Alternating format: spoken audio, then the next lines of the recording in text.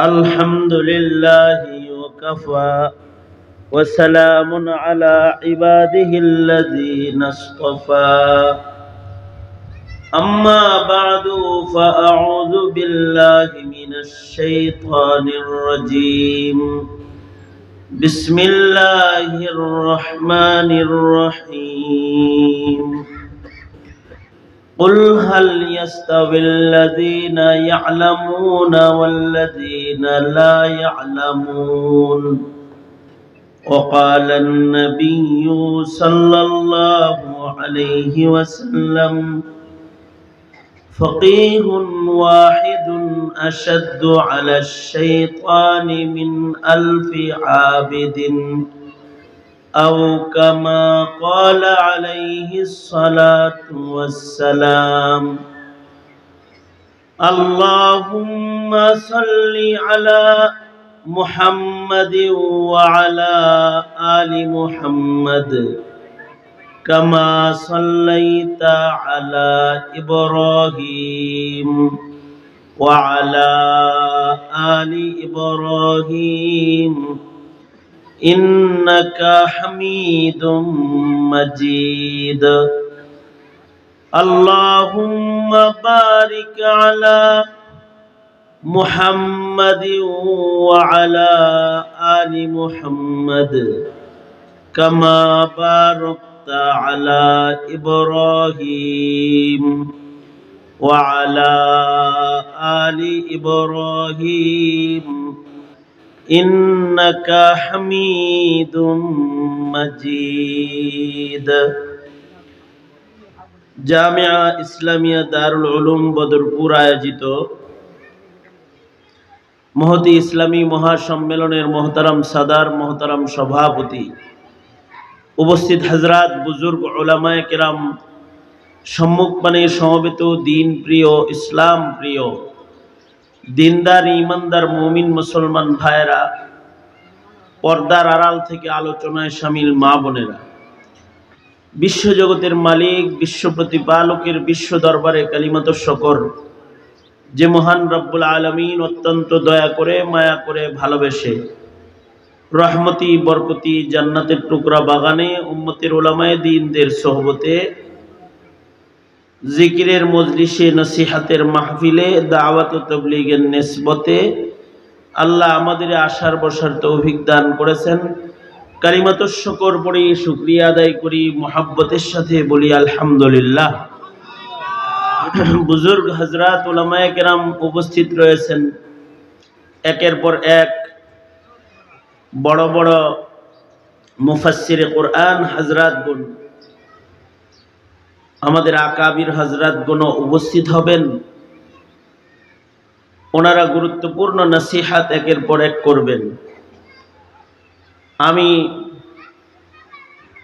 মাদ্রাসার পক্ষ থেকে দাওয়াত পেয়েছি, হাজিরা দেওয়ার জন্য মজলিসের বরকত নিতে চলে এসেছি।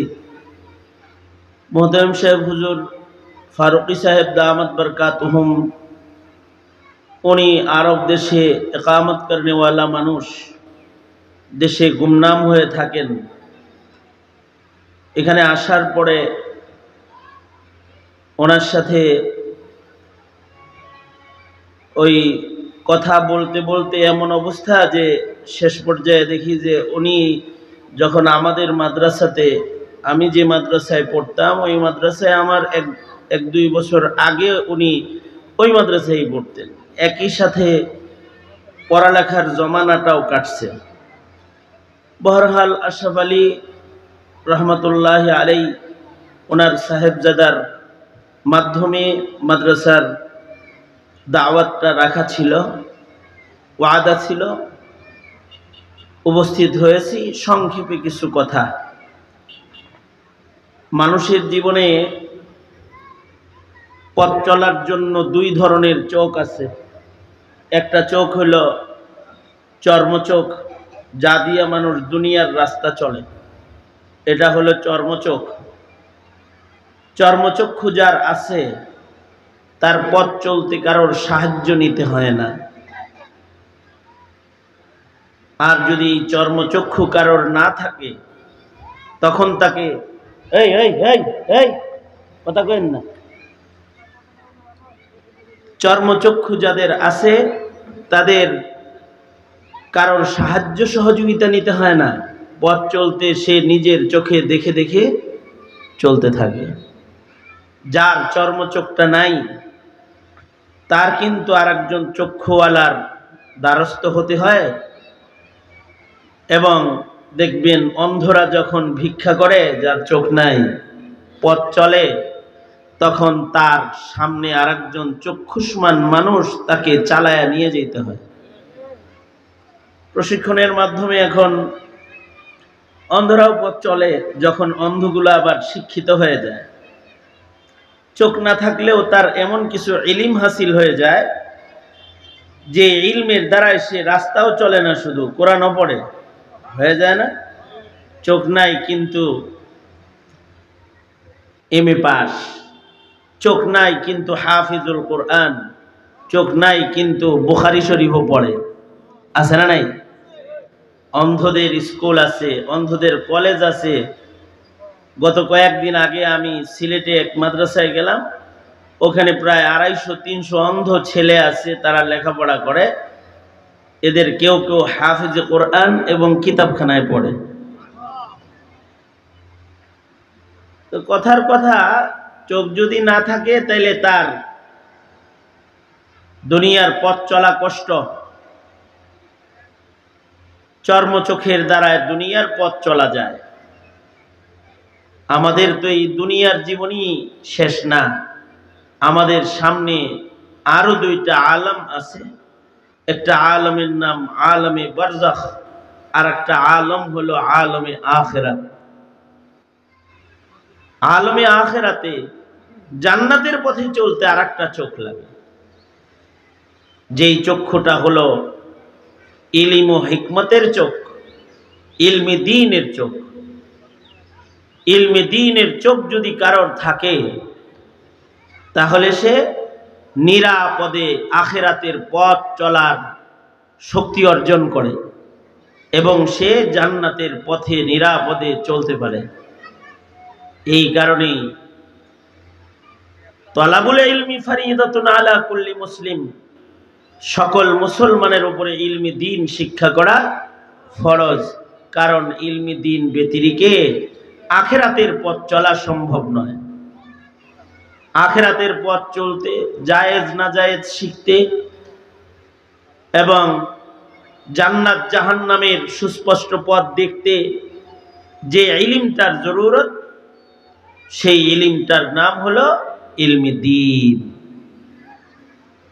যুগে যুগে বাবা আদম থেকে শুরু করে আমাদের নবী আলাইহিস সালাম পর্যন্ত যত পয়গম্বর দুনিয়াতে আসছে, সব পয়গম্বরদের মাধ্যমে আল্লাহ তাআলা দুনিয়াতে ইলম পাঠাইছে। কি পাঠাইছে? ইলম পাঠাইছে। যেমন আদম আলাইহিস সালাতু ওয়াস সালামকে আল্লাহ পাক সর্বপ্রথম যে জিনিসটা দান করছেন সেটা হলো ইলম দান করছেন। কি দান করছেন? আদম আলাইহিস সালামের প্রথম মুজিজাই হলো ওনার ইলম। ওয়া আল্লামা আদামাল আসমাআ কুল্লাহ।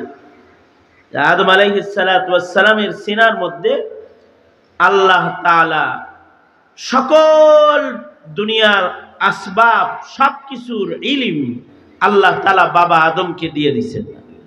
সবকিছুর নাম তিনি জানতেন, যেই জিনিসগুলো ফেরেশতাও জানে না,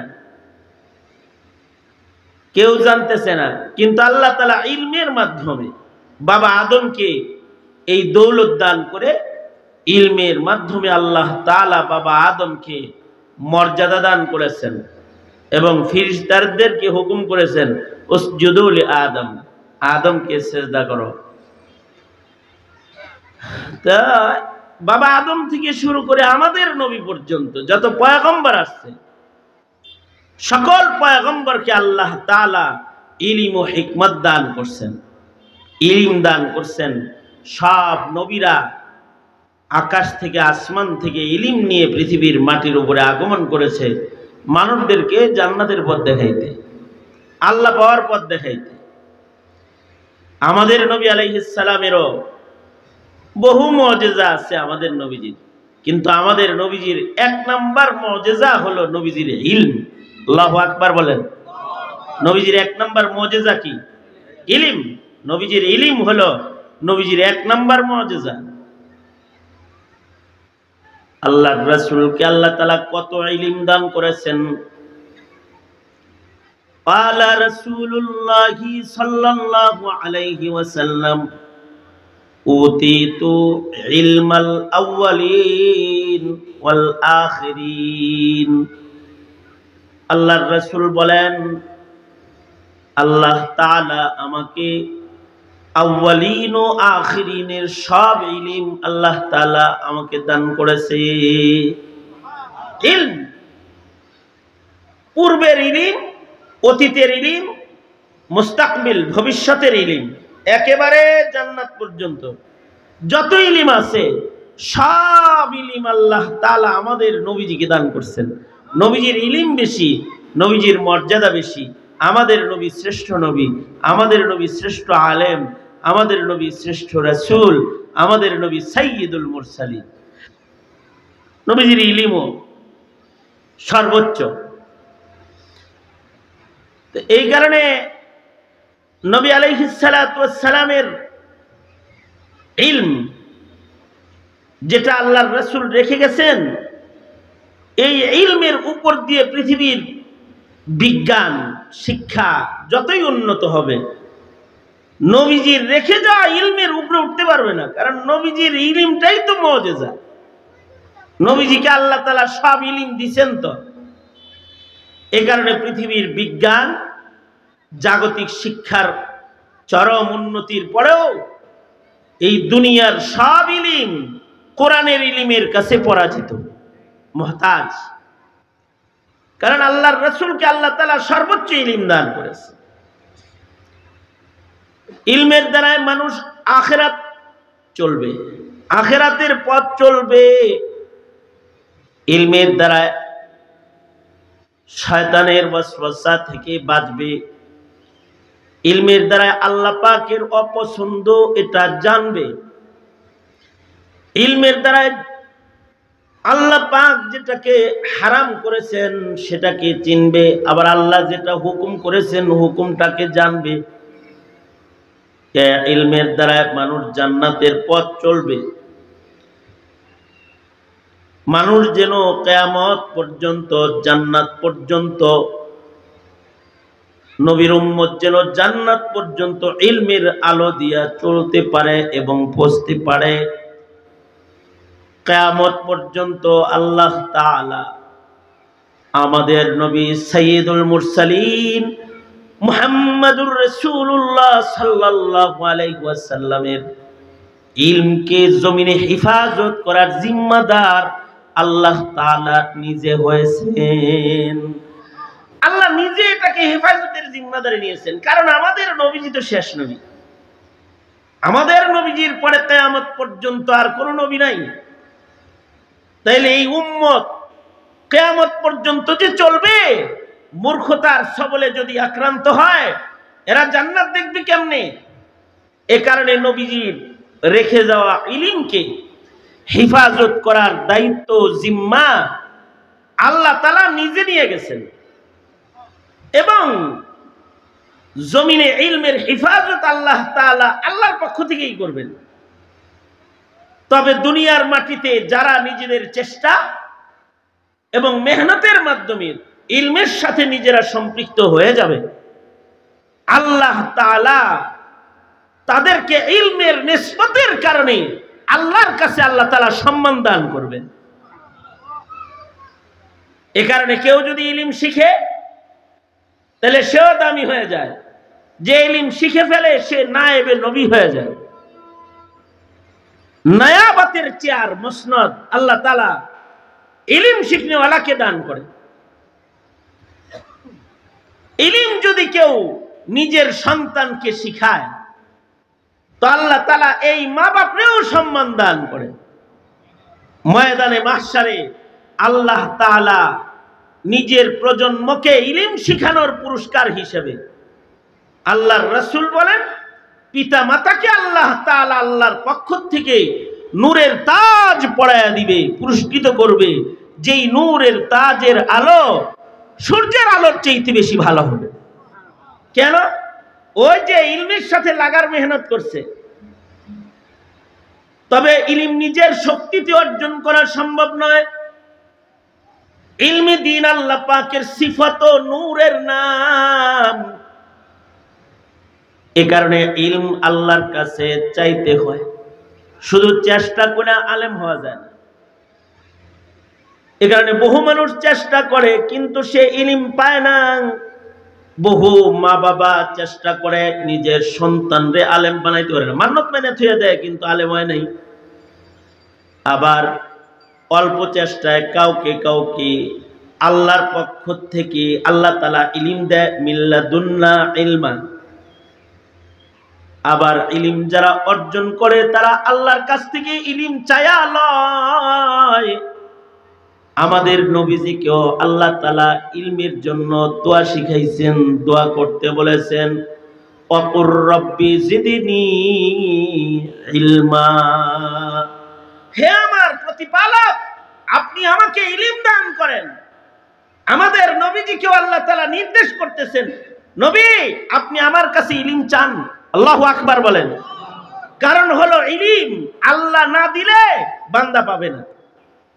কারণ এটা তো ফাইন্নাল ইলমা নূরুম মিন ইলাহি, এটা আল্লাহ পাকের নূর। এটা আল্লাহ তাআলা যাকে তাকে দেয় না। যাকে আল্লাহ তাআলা ইলমের জন্য নির্বাচন করেন তাকে আল্লাহ তাআলা ইলম দান করেন। আর যে ইলম পেয়ে যায় সে দামি হয়ে যায়, তাকে শয়তানও ভয় পায়। আলেমকে শয়তান ভয় পায়।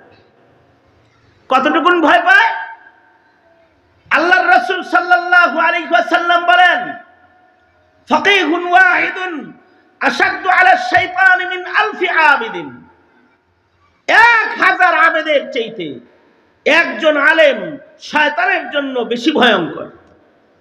ফাকিহুন ওয়াহিদুন আশাদ্দু আলা শাইতানি মিন আলফি আবিদিন। 1000 আমির সাহেব, চিল্লা লাগান না লোক, সাল লাগান না লোক, হাজী সাহেব, পীরের মুরিদ, মুত্তাকি পরহেজগার, পাগড়িওয়ালা লোক, 1000 রে শয়তান অত ভয় পায় না, একজন আলেম রে যত ভয় পায়। কারণ কি? ইবনে আব্দুল বার মালিকি মাযহাবের অনেক বড় মুহাদ্দিস ও ইমাম ছিলেন। ওনার গুরুত্বপূর্ণ খেদমাত হাদিসের কিতাবাদি, আলোড়ন সৃষ্টিকারী কিতাব আছে। যেমন ওনার আলোড়ন সৃষ্টিকারী কিতাবের ভেতরে একটা কিতাব হলো আল ইস্তিযকার। ওনার আলোড়ন সৃষ্টিকারী কিতাবগুলোর ভেতরে একটা কিতাব জামিউল উলুম। অনেক বড় মুহাদ্দিস ছিলেন মালিকি মাযহাবের। উনি ওনার কিতাবের ভেতরে লিখেছেন, ইবনে আব্দুল বার লিখেছেন, ইবলিস শয়তান আযাজিলকে তার চেলারা জিজ্ঞেস করল। তার সঙ্গপঙ্গ একদিন জিগায়, হ্যাঁ কি জিগায়? জিগায় হলো, বস আপনি যে অলি মারা গেলে এত খুশি হন না, আলেম মরলে এত খুশি হন কেন? একটা প্রশ্ন। কোন অলি বুজুর্গ মরলেও এত খুশি হন না, কিন্তু কোন ফকিহ আলেম মারা গেলে আপনি এত খুশি হন কেন? এত খুশি হন কেন? আবেদ মরলে তো এত খুশি হন না, আলেম মরলে এত খুশি হন কেন? ইবলিসে কয়, এই জিনিসটা তোমাকে তো হাতে কলমে শিখান দরকার। এটা মুখে বললে তো বুঝতে না, ভালো চলো যাই। তে ইবনে আব্দুল বার বলে, ইবলিস তার চেলাদেরকে নিয়ে এক অলির কাছে গেছে, আবেদের কাছে।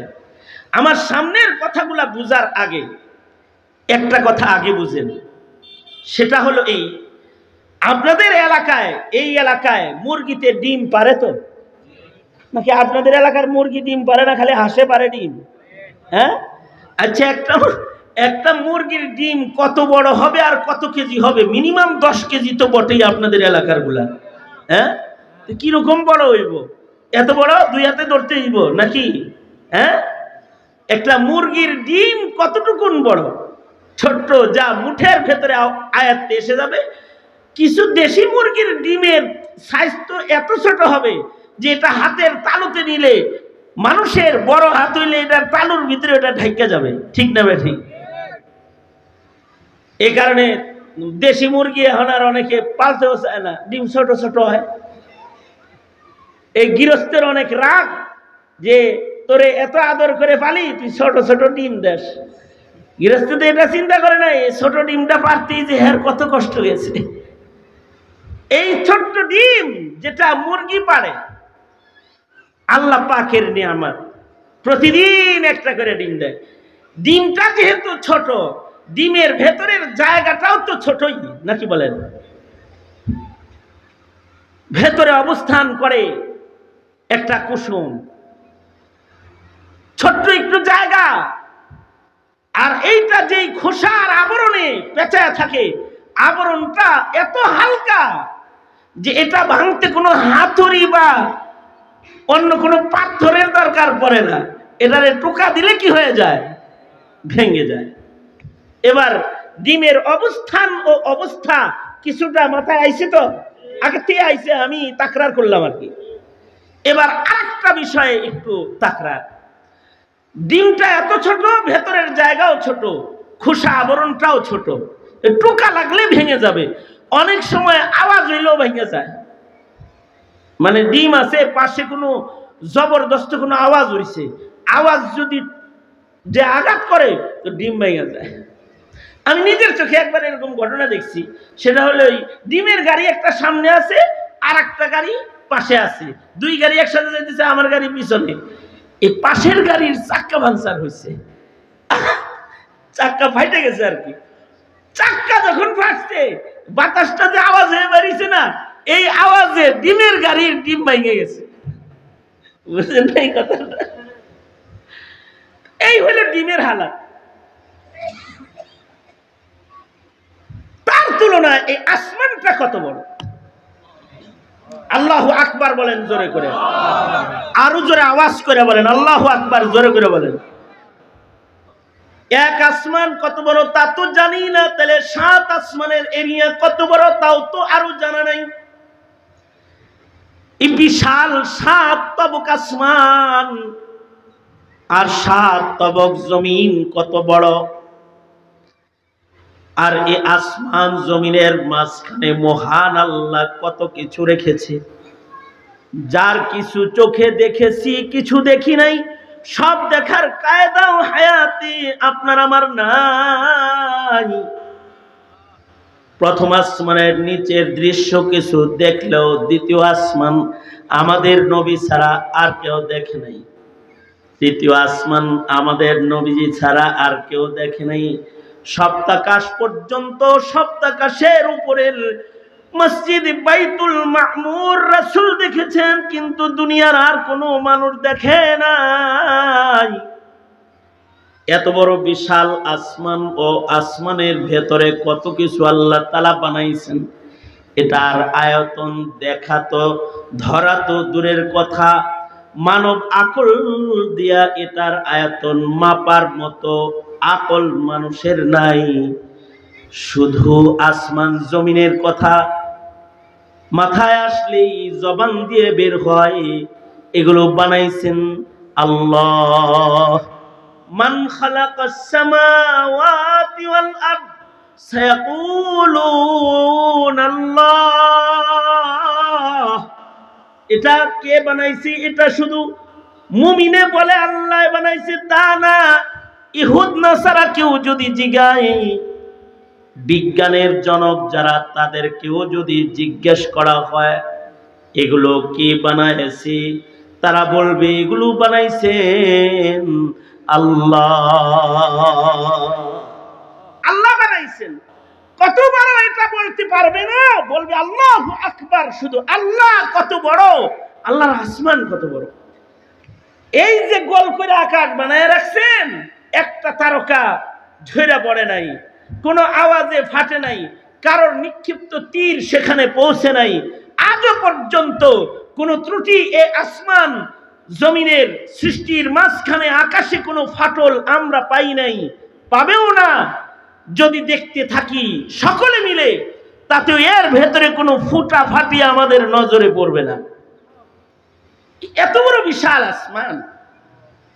ইবলিস যায় আবেদকে জিগাইতেছে যে এই ওলি সাহেব, এই বিশাল আসমান আর এই বিশাল আসমানের ভেতরে যা কিছু আছে, এই সব কিছুর অস্তিত্বকে ঠিক রেখে, জায়গাটা জায়গায় রেখে, চাঁদ চাঁদের জায়গায় রেখে, সূর্য সূর্যের জায়গায় রেখে, পাহাড়কে পাহাড়ের জায়গায় রেখে, বিশাল আসমানটাকে জমিনটাকে ধইরা কেউ যদি দাবি করে যে ডিমের খোসার ভিতরের জায়গার ভিতরে ঢুকাবে, এইটা কি সম্ভব? আপনারা যেরকম কইছেন না, তো আবেদেও কয় না না না, এরকম কথা কেউ কইলে এটা কি সম্ভব হয় নাকি কোনোদিন? ইবলিস তার চেলাদেরকে বলে, দেখছো না বইলা কিন্তু তার রবরে ওই নার ভিতরে থুয়ে দিছে। কেউ পারবে না, ইল্লাল্লাহটা কইল না, আল্লাহ ছাড়া আর কেউ পারবে না, এই কথাটা কয় নাই। এটা যে বলে নাই, এটা তার ইলমি অভাবের কারণে বলে নাই। ফাঁক দিয়া শিরকের একটা দুর্গন্ধ তার এই না শব্দের ভেতরে এসে গেছে। এক বুজুর্গ বলেছিলেন, আল্লাহর কাছে আপনি কি দিবেন? তো ওই বুজুর্গরে কয়, আল্লাহ যদি আমার জিগায় যে কি লয়ে আইছ, তে আমি বলবো আল্লাহ তাওহীদ লয়ে আইছি, এবং বলছেও তাওহীদ লয়ে আইছি। তো মরার পরে আবার কয়, দিছিলেন নি তাওহীদ আল্লাহর কাছে? কয় হ্যাঁ দিছিলাম তো, কিন্তু ভেজাল হয়ে গেছে। সেটা হলো বলছি তাওহীদ লয়ে আইছি, কিন্তু আল্লাহ কয় উযকুর লাইলাতাল লাবান, ওই রাত যেটা দুধ খাওয়ানোর রাত, সেটা স্মরণ করো। তাওহীদ দাও, তাওহীদেও তো ভেজাল লাগাই গেছো। দুধ খায়া কইছিলা যে পেটটা দুধ খাওয়ার কারণেই নষ্ট হয়েছে। হ্যাঁ, তোমার পেট দুধে নষ্ট করে? নষ্ট করা ভালো করা কার কাম? জোরে আওয়াজ করে বলেন। দেখছো ওর এইটার ভিতরে ত্রুটি লাগাইয়া দিছি। চলো এবার চলো ফকিহের কাছে। ফকিহের কাছে যাও, এইটাই বলছে, এই সাত আসমান জমিন চন্দ্র সূর্য যা আছে সবকিছু ধরে কি ডিমের খোসার ভিতরে ঢুকাইলে খোসা টোসা ঠিক থাকবে, জায়গা জায়গা ঠিক থাকবে, ভেতরের সবকিছুর অস্তিত্ব কি ঠিক রাখা সম্ভব? কেউ কি এটা পারবে? ফকিহ বলে হ্যাঁ, একজন পারবে। ইদা আরাদা শাইআন আন ইয়াকুলা লাহু কুন ফায়াকুন, একজন আছেন তিনি এটা করতে সক্ষম, তিনি হলেন আমার আল্লাহ। আওয়াজ করে বলেন আল্লাহু আকবার, জোরে করে বলেন। এবার বুঝছো তো কিল্লে গিয়া ফকিহ বললে খুশি হই? কারণ ফকিহের কাছে ইলম আছে। যার কাছে ইলম আছে শয়তান তাকে ভয় পায়, কারণ ইবলিস শয়তান ইলমকে ভয় পায়। শয়তানের এজেন্ডা নিয়ে মানুষ, শয়তান যারা জমিনে থাকে ওরাও আলেমরে ভয় পায়। এই কারণে নাস্তিক মোরতাদ যত শয়তান আছে, ওদের মকরবাজি, ওদের ইমান বিরোধী কার্যকলাপগুলা এমএ পাস বিএ পাসরা বুঝে না, কিন্তু আলেমে ধরে ফেলায়।